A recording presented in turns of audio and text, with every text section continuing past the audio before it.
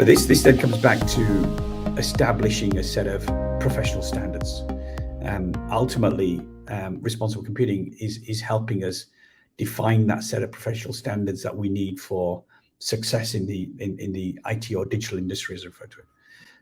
And it starts first of all with needing competence. So competence in IT is kind of key to success. So how do you know whether you are competent enough to build the system and know the full consequences of that system? Right? That's a key question that we've all got to ask. Am I then accountable for the results? If I build an autonomous vehicle system, am I going to be accountable for that working? How to make sure that I think about all the boundaries of potential risk and challenge, and make sure that I'm fully accountable for the consequences of some of these things.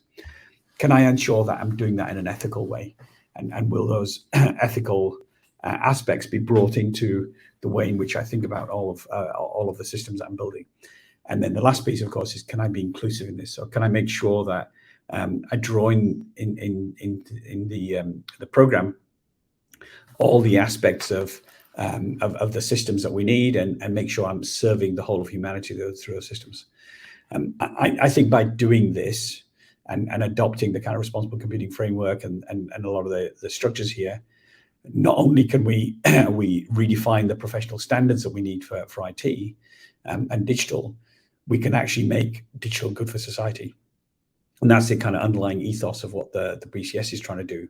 So a big part of the reason that people become members of the BCS is because you start to become a member of specialist groups or local branches where we can work together, get mentoring and support. So not only can we be competent and effective in building those systems, we can build systems in a way which will help us rebuild the trust that we need in IT. What we need here is those professionals in a way that will help them be effective. And so I think there's four things that professionals need right now, and they need practical guidance around. The first thing is best practices, right? So what's the best practice for a responsible data center? What's the best practice for responsible code, right? All those aspects. There are some of those things in the framework today, but actually those of you listening can actually contribute to that. I don't think the team claim they have a monopoly on everything here. This is why the whole responsible computing is a movement to try and bring all the knowledge, and this isn't a once and done. This is a constant evolving set of capabilities and insights.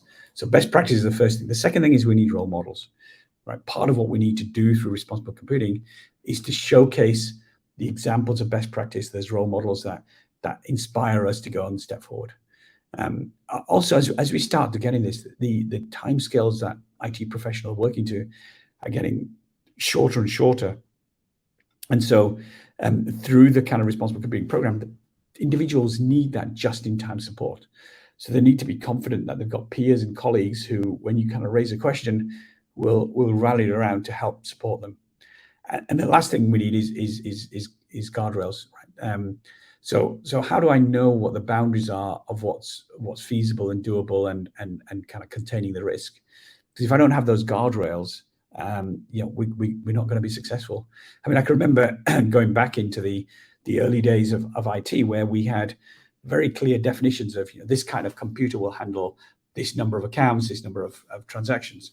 A lot of those kind of guardrails, I would argue, don't exist today. And that's because the systems are much more complex. The risks and challenges are hugely complex. And so the opportunity for us here through responsible computing is to gather some of those guardrails and create some of those rules of thumb, which make it much, much easier for IT professionals to then have the confidence that there is minimal unintended consequences, and these systems can really be fit for purpose. So kind of in conclusion, I think as the responsible computing program progresses, we need to all learn from each other and develop those best practices. And we need to sort of highlight and showcase some of those best practice models and bring the expertise into those guides and models that can help us. We also need to showcase individuals that are really good examples of where they are driving responsible computing in ways that we hadn't imagined before. We need to create that kind of support network. And the question I'm asking the teams are, can the BCS's own branches and specialist groups be some of the hubs to help incubate and drive some of those pieces? And then fundamentally, we've also got to work with all the key bodies to drive adoption. That means surfacing and showing the responsible computing framework into governments, into standards groups, whether it's IEEE or British standards and so on, surfacing it in places like procurement and in HR, and the list goes on and on.